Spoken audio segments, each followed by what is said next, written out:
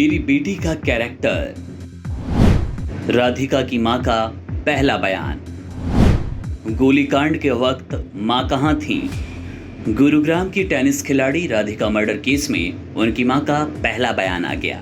इस केस में राधिका की मां को लेकर कुछ ऐसे सवाल हैं जिसकी वजह से इस बात की चर्चा तेज है कि क्या राधिका यादव की मां अपने पति दीपक का बचाव कर रही हैं। वहीं राधिका यादव की मां ने अपने पहले बयान में अपनी बेटी के चरित्र यानी कि कैरेक्टर के बारे में बोला। हालांकि गुरुग्राम पुलिस के मुताबिक राधिका की मां मंजू यादव ने लिखित में अपना बयान देने से इनकार कर दिया। राधिका की मां मंजू का ये रवैया उनको भी शक के गहरे में ला रहा है और यही सबसे बड़ा सवाल है। जब एक पिता अपनी बेटियों को गोलियों से भून रहा था तो उस वक्त उसकी मां यानी कि मंजू देवी कहां थी?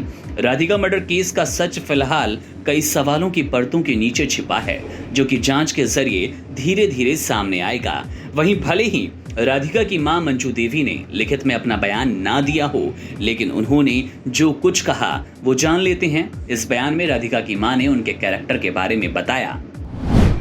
राधिका को तेज बुखार था, वो अपने कमरे में थी, मुझे नहीं पता उनके पति ने राधिका की हत्या क्यों की, जबकि राधिका का चरित्र बिल्कुल ठीक था। इतना ही नहीं, राधिका के चाचा कुलदीप यादव ने भी अपनी भतीजी के कैरेक्टर के बारे में बात की। कुलदीप के मुताबिक उनकी भतीजी के बारे में लोग गलत गलत बोलते रहते थे। राधिका की कैरेक्टर पर लोग उंगलियां उठाते, लेकिन लोग उनकी भतीजी के बारे में बिल्कुल गलत बोलते हैं। हालांकि राधिका के चाचा ने यह भी कहा कि उनके घर में किसी भी तरह का झगड़ा नहीं था जो कि हत्या की वजह बन पाए। इस वारदात के बारे में चाचा कुलदीप यादव ने बताया कि घटना के वक्त वो घर पर ही मौजूद थे। अचानक उनको धमाके जैसी तेज आवाज आई। जब वो ऊपर पहुंचे तो देखा राधिका अपनी रसोई में खून से लथपथ हैं। इतने में ही कुलदीप यादव का बेटा भी वहीं पहुंचा। फिर दोनों ने मिलकर राधिका को एक प्राइवेट हॉस्पिटल में एडमिट कराया, जहां डॉक्टरों ने उन्हें मृत घोषित कर दिया।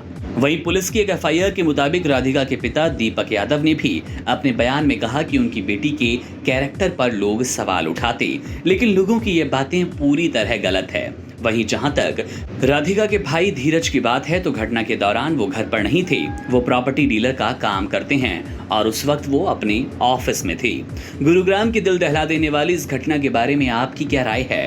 कमेंट सेक्शन में जरूर बताएं। Subscribe to One India and never miss an update. Download the One India app now.